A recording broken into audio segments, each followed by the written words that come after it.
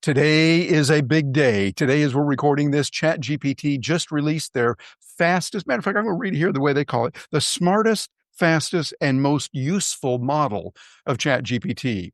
Right now, that is number 5. It is available, and we're seeing, well, for most, it's rolling out slowly, and we're seeing that there, and it is powerful. In this video episode, we're going to show you what it is, and particularly how coaches, consultants can use this, professional speakers, how YouTubers, podcasters can use this in a profound way. We're really zeroing it in on that for you. So you'll see what it's like. And when I say we, I mean me and my co-partner here that is helping us on this, on putting these things together, Gina Carr. Gina, you've seen some of this and you're playing with it now on your desktop, your MacBook Pro, as well as on your phone.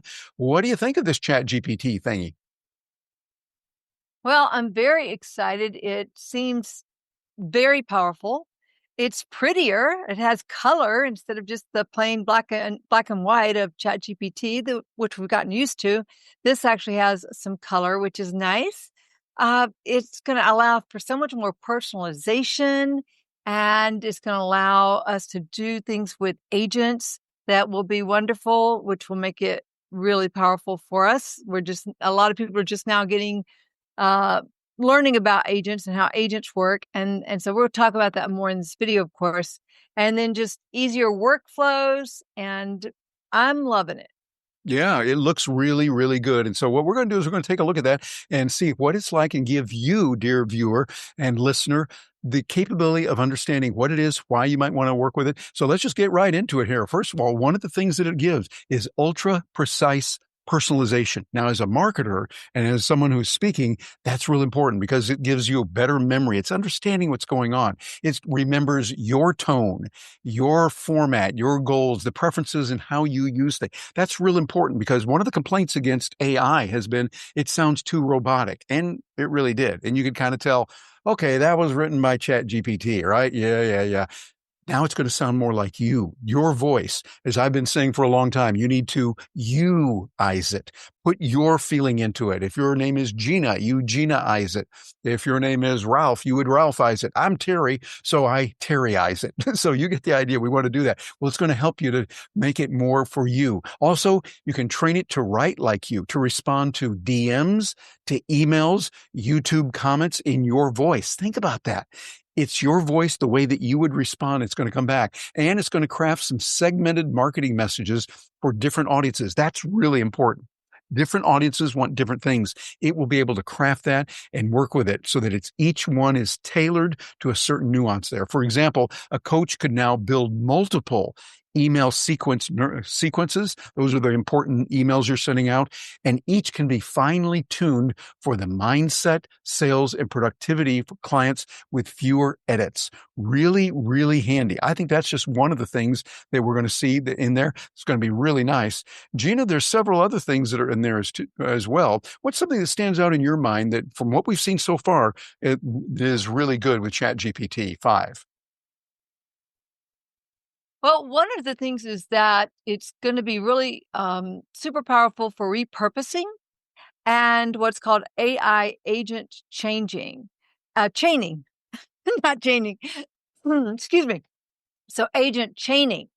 And so as we create content, we can feed it into the ChatGPT and it will create for us content that we can use in other places. So we can, let's just say, create a YouTube video, and then we can feed it into ChatGPT, and it's going to create easily for us, much easier than it did in the past, blog posts and Instagram quote cards and all kinds of text and imagery that we can use.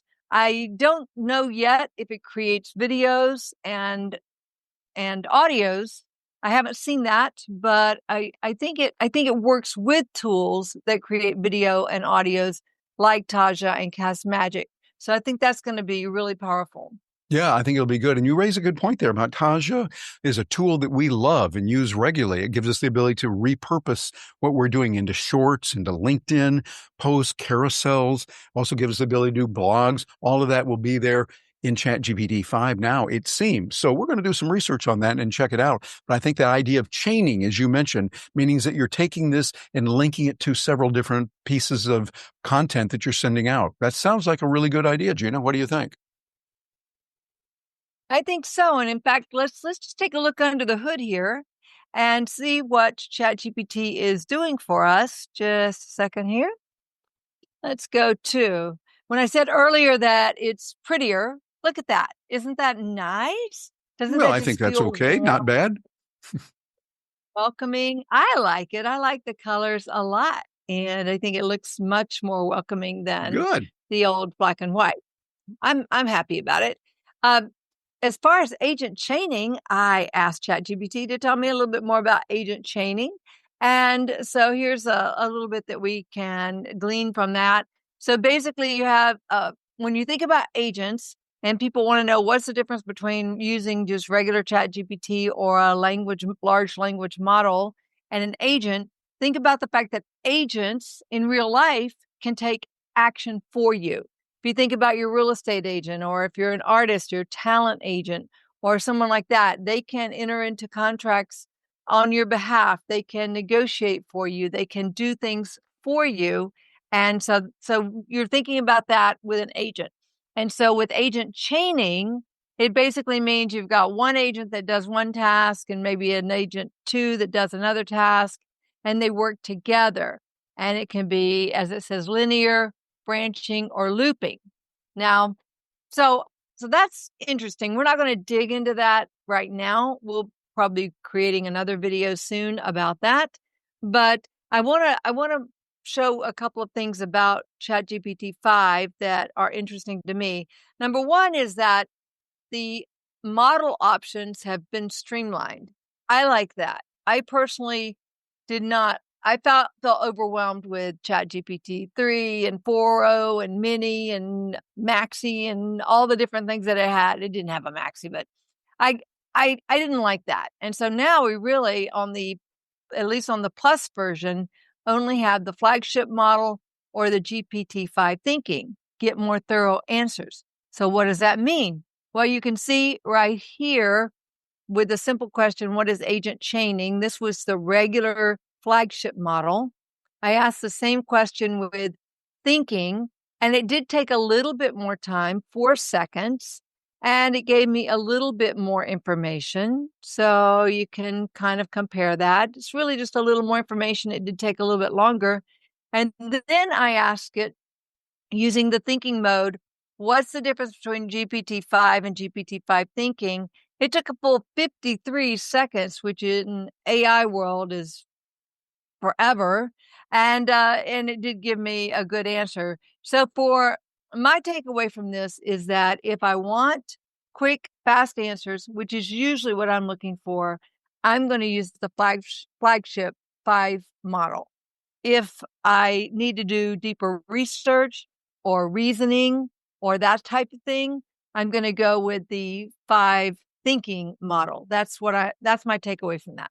I think that's brilliant, Gina. I think that it's giving us the ability to do the things that we could with all 7 models before. 7. Am I holding that up right there? 7. There's so much that's available. And it was confusing, I think, to most everyone, except for a few folks that worked at OpenAI that knew what it was. But we loved the various ones, and they each did something special. Now they put it together, and it understands, do we need more deep thinking? So a little bit more time here to go through it right, or quick answers. And I think they've done a really good thing there. But another thing that I see what they have done is they've also given us the ability to do something that we know we need as marketers, and that's deep research. It gives you a summarization, and it's going to save you hours of work and get a lot more done in a lot less time. For instance, you can take synthesized content. Say you've got some YouTube transcripts, some webinars, blog posts, ebooks, all of that on a given topic. You can feed that into ChatGPT 5. It'll take it and give you the summaries, give you what was said about this topic from there. Think about getting 4 or 5 different YouTube channels, right? Episodes, I should say, YouTube episodes, and you feed those in with different opinions on a hot controversial topic. So you can say, there are those on this side that say A, B, and C, but then over here on this side, you got D, E, and F. Hey, different ball game. You can do that now so much easier. What that means is for you as a presenter, Whether you're presenting on video or in-person speaking or podcasting, or maybe you're writing in some way, you're going to have much more resource and be much more authoritative in when you do it. I like that.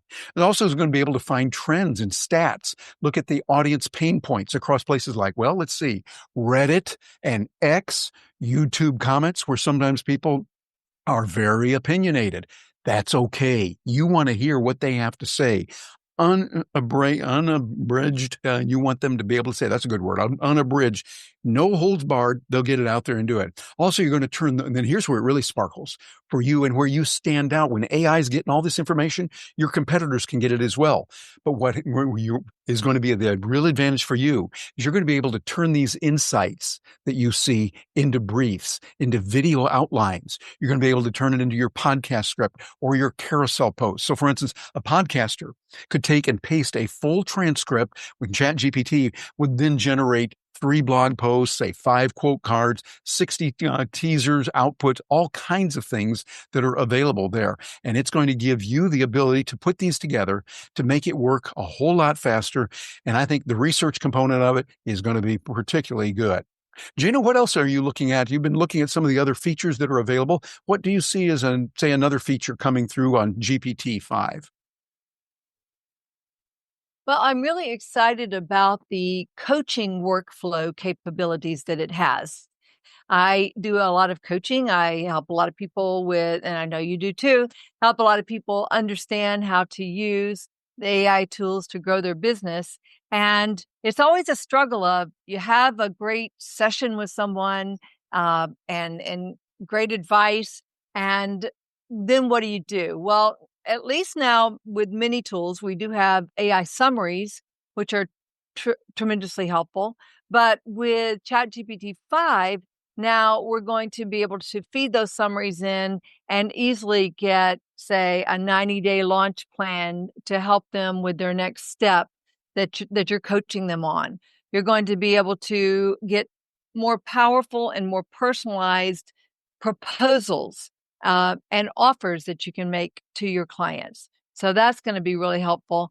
I know it's going to be easier to create onboarding, new client onboarding and tracking work. So I'm very eager to see how that's going to work. So I think that's going to be very good. Take the workflow that we have, the information that we put together, working with a client, and get it broken down into modules, get it broken down into different tasks that people need to learn. I think it's going to be really helpful.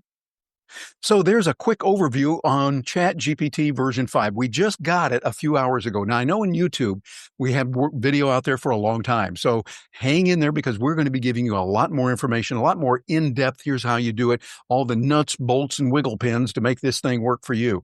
But in summation, as we look at what it's doing right now and what we can see from this, you're going to get faster research, which gives you the ability to outsmart your competition. When you can get it faster than them, you're going to be able to do a lot. Also, copy is going to be cleaner. Some of the really bad hallucinations that were there before, the things that weren't quite right or were blatantly wrong, they're cleaning that up also. And it's giving you the ability to do something real important, strategic thinking. We've been able to do that in the past with some of the other models, but you had to know when to do it and when to wrap your leg around your head, and you got to hold your mouth just right to get it done. Well, now with version 5, you've got some of those done and already taken care of. Gina, what else do you see that's available here in this version of 5 of ChatGPT?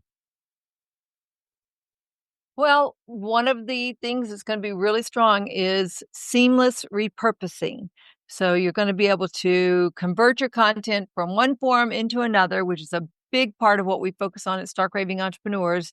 And that's going to be super powerful for you getting your message out into the world, building your brand, and having more impact and more income. It should translate into more income when you're making more of an impact. Style matching is important. I have a less verbose generally and more informal style. And so I'm excited about the fact that it's going to match my style even better now without me having to constantly say, oh, make it a little shorter, make it a little more informal, and having it redo all that. And then smarter automation one of the recent improvements with ChatGPT was this GPT agents. And I must say, I've tested it. It was okay, but not great. And I'm hopeful that the new version of automation and creating agents in ChatGPT 5 is going to be more powerful. So that's going to be really good. Yeah, I And think. while I'm here, go ahead. Oh, I was just going to say, I agree with you. I think there's a lot of good that they packed into that, and some marvelous things.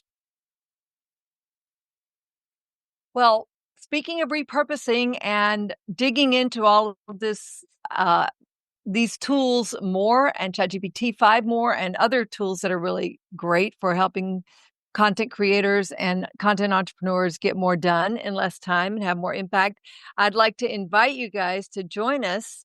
Uh, get one of our resources here. It's aitoolsforbiz.com, and that's the number 4 and the word biz instead of business.